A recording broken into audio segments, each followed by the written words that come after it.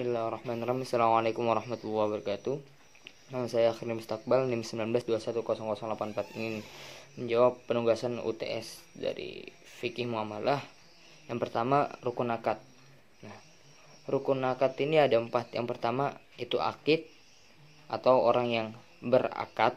Kemudian ma'qud alaih, benda-benda yang diikatkan itu apa saja sih. Yang kemudian maudu al-akid, tujuan atau maksud pokok mengadakan akad. Dan sigot al-akad ialah ijab dan qabul. Nah, itu rukun akad.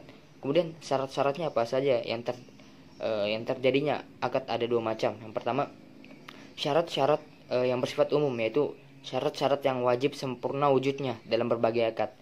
Nah, yang merupakan syarat-syarat umum akad ini adalah yang pertama, pihak-pihaknya itu melakukan akad ialah dipandang mampu bertindak menurut hukum. Nah, apabila belum mampu, harus dilakukan oleh walinya itu sendiri. Nah, kemudian objek akadnya itu apa dulu, harus diketahui oleh syara. Nah, kemudian akad itu bermanfaat. Nah, kemudian akad yang dilakukan untuk memenuhi syarat itu khusus dengan akad yang bersangkutan, di samping harus memenuhi syarat-syarat umum. Kemudian ijab tetap utuh sampai terjadinya qabul. Kemudian yang B-nya syarat-syarat bersifat khususnya. Nah, itu adalah syarat wujud yang ada dalam sebagian akad, seperti saksi dalam pernikahan, itu syarat-syarat khususnya. Nah, kemudian syarat terjadinya akad, nah, terbagi menjadi 2 bagian. Yang pertama umum dan khusus lagi. Yang umum yaitu syarat yang wajib terpenuhnya dalam berbagai akad. Nah, dan syarat khusus adalah syarat wajib dalam sebagian akad, seperti adanya saksi dalam pernikahan. Nah, itu yang kedua, syarat sahnya. Nah, syarat sahnya ini pengertiannya adalah syarat yang ditetapkan oleh syara yang berkenaan ada atau tidaknya akibat hukum yang ditimbulkan oleh akad.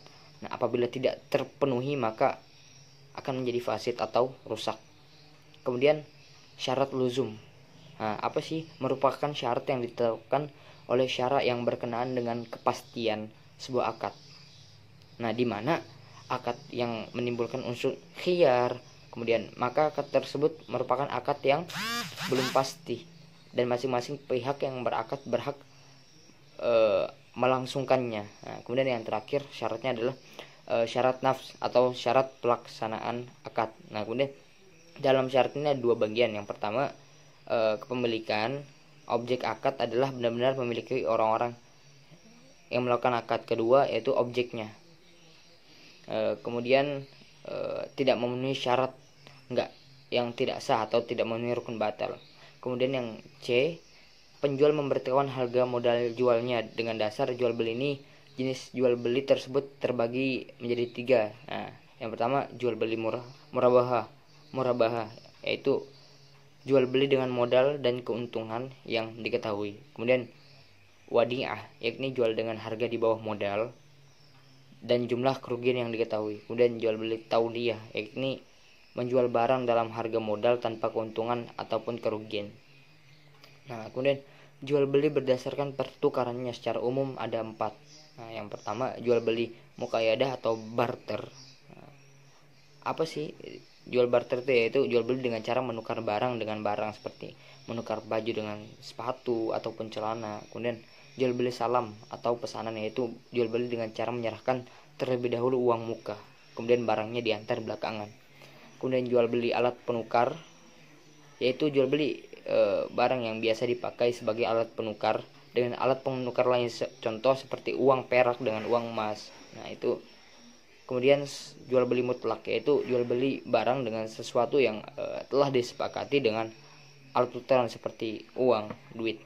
Nah, kemudian pembagian jual beli dilihat dari cara pembayarannya, ya kan? Yang pertama, jual beli dengan pembayaran tertunda. Kemudian jual beli dengan penyerahan barang dan pembayaran secara langsung. Jual beli dengan penyerahan barang tertunda. Kemudian jual beli dengan penyerahan dan barang dan pembayaran sama-sama tertunda. Nah, yang kemudian nomor 2,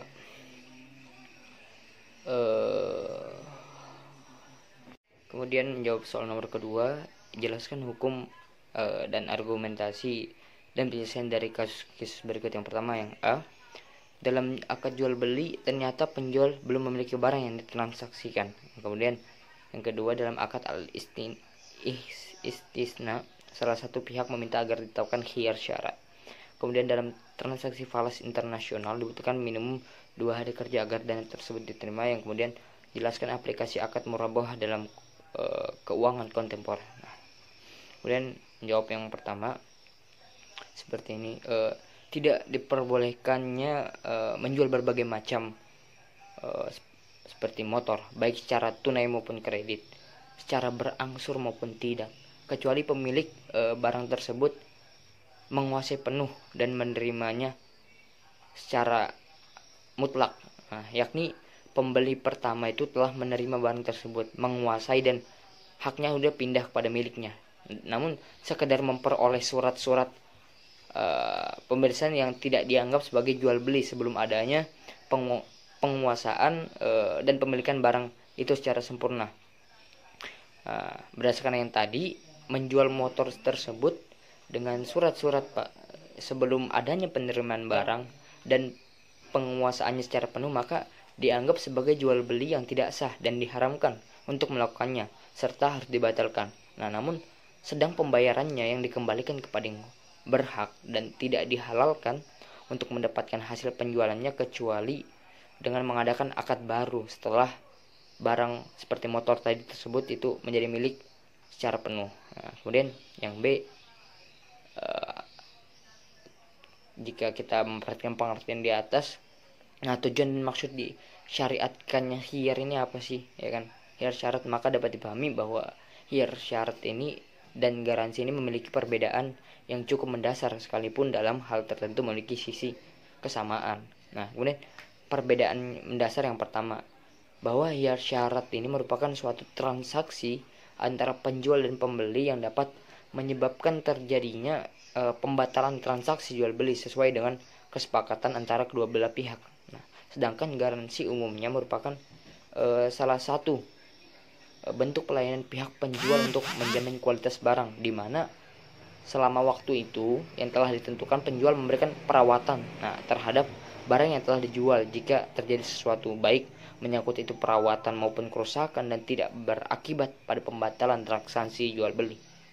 Kemudian adapun persamaannya adalah baik khiyar syarat maupun sistem garansi sama-sama itu memiliki motif untuk menjamin suatu hak-hak mereka, sehingga mereka tidak merasa dirugikan dari beberapa pihak, dan terciptanya kepuasan dan saling ridho antara mereka berdua sesuai dengan spirit yang diajarkan oleh Rasul sallallahu alaihi wasallam, innamal bai'an taradiyam, atau hanya saja jual beli harus atas dasar saling meridhoi. Nah, kemudian istisna adalah akad jual beli dalam bentuk pemesanan pembuat barang tertentu dengan kriteria dengan persyaratan tertentu yang disepakati antara pemesan ataupun penjual. Nah, pada dasarnya ini akad istisna ini tidak dapat dibatalkan kecuali memenuhi kondisi yang ada dua. Yang pertama, kedua belah pihak setuju untuk menghentikannya, dan yang kedua, akad batal demi hukum karena timbul kondisi hukum yang dapat menghalangi pelaksanaannya atau penyelesaiannya akad. Kemudian yang C, dalam transaksi falas internasional. Nah, dalam transaksi valuta asing lebih jelasnya dapat dikatakan sebagai suatu jenis investasi yang dilakukan dengan berdagang atau jual beli mata uang dari berbagai negara yang berbeda. Dengan tujuan apa? Dengan tujuan untuk mendapatkan keuntungan, di mana transaksi valuta asing biasanya dilakukan dalam pasar keuangan. Nah, falas atau transaksi valuta asing juga itu dapat pula disebut dengan forex atau foreign exchange. Dalam skala internasional, perdagangan falas ini dilakukan oleh berbagai pihak, mulai dari pemerintah, bank-bank sentral, kemudian perusahaan multinasional dan individual. Nah, kemudian dalam Islam ini kegiatan transaksi falas ini disebut dengan al-sarf atau prinsip dasar al-sarf, sama dengan prinsip dasar transaksi falas. Tetapi sedikit masyarakat awam yang langsung menyatakan bahwa transaksi falas ini bersifat haram dan disamakan dengan berjudi. Kemudian transaksi falas ini dinyatakan 100% halal oleh MUI dengan dikeluarkannya fatwa nomor 28 garing DSN strip MUI garing 3 garing 2000 mengenai jual beli mata uang, atau disebut dengan Al-Saraf. MUI menetapkan jika transaksi valuta asing atau forex ini diperbolehkan karena asal usul pendapatannya sangat jelas. Keuntungannya yang didapatkan investor bukanlah hasil dari taruhan berskala internasional, tetapi diatur secara global oleh pasar keuangan. Kemudian yang D, akad murabahah.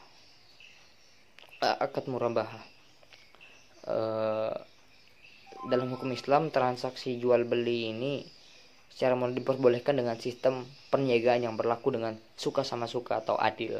Perusahaan pembiayaan dapat menerapkan kredit secara murabahah kepada klien dengan memperhatikan larangan mengambil riba. Semua unsur pembiayaan seperti margin atau keuntungan dengan biaya produk harus diketahui oleh pembiaya dan klien sebelum terjadinya kesepakatan atau perjanjian kredit. Itu nomor 2. Kemudian soal nomor 3, dalam konteks muamalah dikenal kaidah umum bahwa hukum asal segala sesuatu adalah boleh sampai datang dalil yang menunjukkan tentang keharamannya. Maksudnya ini adalah tadi itu adalah hukum asal, artinya dari Imam Asy-Syafi'i dalam Al-Asba' wan Nadhar nomor 43. Nah, pada dasarnya semua itu mubah. Contoh berbagai buah-buahan dan sayuran yang datang dari negeri kita yang berasal dari berbagai daerah dan negara tanpa kita ketahui namanya, maka hukumnya halal dengan catatan tidak mengandung mudarat di dalamnya dan bisa dimanfaatkan isinya. Nah, kemudian sebutkan dan jelaskan prinsip-prinsip syariah. Dalam operasionalnya perbankan syariah ini harus selalu dalam koridor-koridor prinsip sebagai berikut. Yang pertama, adanya keadilan. Mengapa? Karena berbagai keuntungan atas dasar penjualan real sesuai kontribusi dan risiko masing-masing pihak. Yang kedua, kemitraan, yang berarti posisi nasabah atau investor atau penyimpan dana dan pengguna dana serta lembaga keuangan sendiri sejajar sebagai mitra usaha yang saling bersinergi untuk memperoleh keuntungan. Kemudian yang ketiga, transparansi. Nah, untuk apa? Karena lembaga keuangan syariah ini akan memberikan laporan keuangan secara terbuka dan berkesinambungan agar nasabah investor dapat mengetahui kondisi dananya. Kemudian yang terakhir adalah universal, yang artinya tidak membedakan suku, agama, ras dan golongan dalam masyarakat sesuai dengan prinsip Islam sebagai rahmatan lil alamin. Kemudian yang C, sebutkan dan jelaskan 5 larangan apa saja sih yang dalam membuat akad muamalah ini. Yang pertama, riba. Riba ini adalah tambahan yang diberikan karena pertambahan waktu. Misalnya seorang minjam uang sebesar 100.000 selama 1 bulan dan dia harus mengalihkannya nambah 10.000, jadi 110.000 itu yang dimakan riba, yang biasanya dipraktikkan oleh perbankan konvensional. Kemudian perjudian ini adalah upaya saling merugikan, hal mana pihak-pihak yang terlibat tidak mengetahui siapa yang akan mendapatkan harta mereka. Dan gharar adalah suatu keraguan atau ketidakjelasan. Misalnya menjual anak kambing yang masih dalam kandungan, menjual sesuatu yang masih dalam perjalanan dan belum sampai di tangan sang penjual, itu gharar.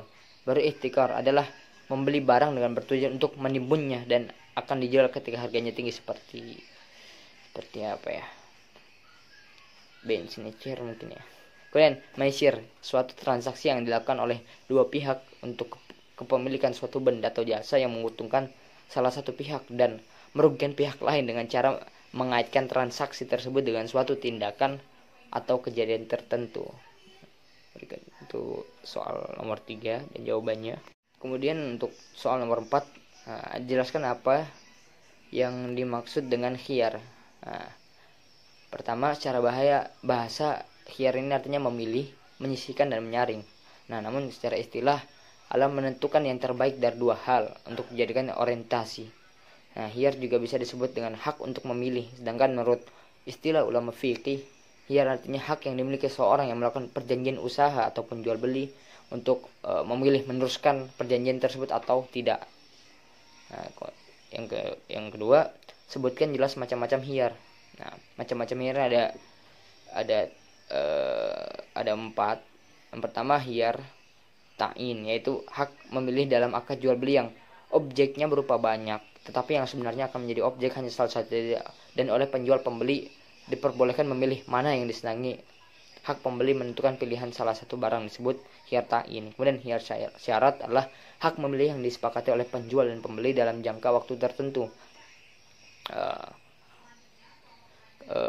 Adapun dasar hukum khiyar syarat ini dari Ibnu Umar bahwa Nabi Shallallahu Alaihi Wasallam bersabda, setiap dua orang yang melakukan jual beli belum berlaku akadnya hingga mereka berpisah kecuali jual beli dengan khiyar. Itu khiyar syarat. Kemudian khiyar majelis adalah hak memilih yang dilakukan oleh kedua belah pihak setelah ijab dan qabul itu sempurna dan kedua belah pihak masih berada pada di tempat. Nah, contoh saat kita kayak melakukan akad jual beli, membeli sebuah celana atau baju di toko baju, kemudian dan macam dari baju tersebut bermacam-macam, dan kita sebagai pembeli berhak memilih baju mana yang ingin kita beli dan harus terpenuhi ijab dan qabul. Kemudian khiyar cacat atau khiyar aib. Nah, khiyar cacat adalah di mana keadaan yang membolehkan salah seorang yang akad memiliki hak untuk membatalkan akad atau menjadikan aib atau kecacatan dari khiyar tersebut dari salah satu dijadikan alat tukar menukar yang tidak diketahui pemiliknya di waktu akad. Nah, terus kapan sih setiap khiyar ini muncul dan apakah boleh jika dipersyaratkan untuk menghilangkan khiyar? Nah, khiyar ketika penjual dan pembeli belum sepakat dalam hal tertentu dalam kesepakatan transaksi. Yang kedua, khiyar untuk pembeli apabila kondisi barang setelah dibeli telah berubah dari kondisi sebelumnya dibeli. Nah, kemudian bagaimana sih penerapan khiyar dalam jual beli online? Ada penjual beli online ini penyerahannya di belakang, yaitu akad disebut pre-order lah. Kapannya kita bayar duluan, barangnya belakangan. Maka khiyar sebagai hak bagi penjual maupun pembeli ini haruslah dalam setiap transaksi terlebih dahulu dalam jual beli adanya sebuah bukti kesempurnaan syariat Islam dalam mengatur sebuah jual beli. Nah, bagaimana konsep khiyar pada jual beli pre-order dalam online shop, juga bagaimana praktiknya. Nah, dalam jual beli online menurut perspektif hukum Islam, karena apapun jenis jual belinya baik online secara langsung, hak khiyar merupakan sebuah hak yang harus diberikan agar transaksi yang terjadi antara dua orang yang berakad berlangsung sesuai tujuan transaksi dalam Islam, yaitu transaksi saling ridho. Itu mungkin soal nomor 4. Kemudian soal terakhir nomor 5, yang pertama jelaskan akad ijarah, syarat dan rukunnya. Yang pertama, menurut jumhur ulama fikih berpendapat bahwa ijarah adalah menjual manfaat, dan yang boleh disewakan adalah manfaatnya bukan bendanya. Oleh karena itu mereka melarang menyewakan pohon untuk diambil buahnya, domba untuk diambil susunya, sumur untuk diambil airnya, dan lain-lain. Sebab semua itu bukan manfaatnya tetapi bendanya. Kemudian syarat ijarah itu ada 4. Yang pertama, syarat terjadinya akad, pelaksanaan sah ijarah, dan kelazimannya. Nah, kelazimannya ini meliputi mauquf alaih atau barang sewaan, terhindar dari cacat, dan tidak ada uzur yang dapat membatalkan akad. Syarat sah ijarahnya itu keabsahan ijarah ini berkaitan dengan akid, yaitu orang yang berakad. Kemudian rukunnya apa saja? Yaitu rukunnya adalah pernyataan untuk mengikatkan diri, sigat al-akad, kemudian pihak-pihak yang berakad, objek akad dan manfaat. Nah, akid ini orang akad yang berarti sigat akad, ujrah atau uprah dan manfaat. Nah, bagaimana sih penerapan akad ijarah pada masa sekarang?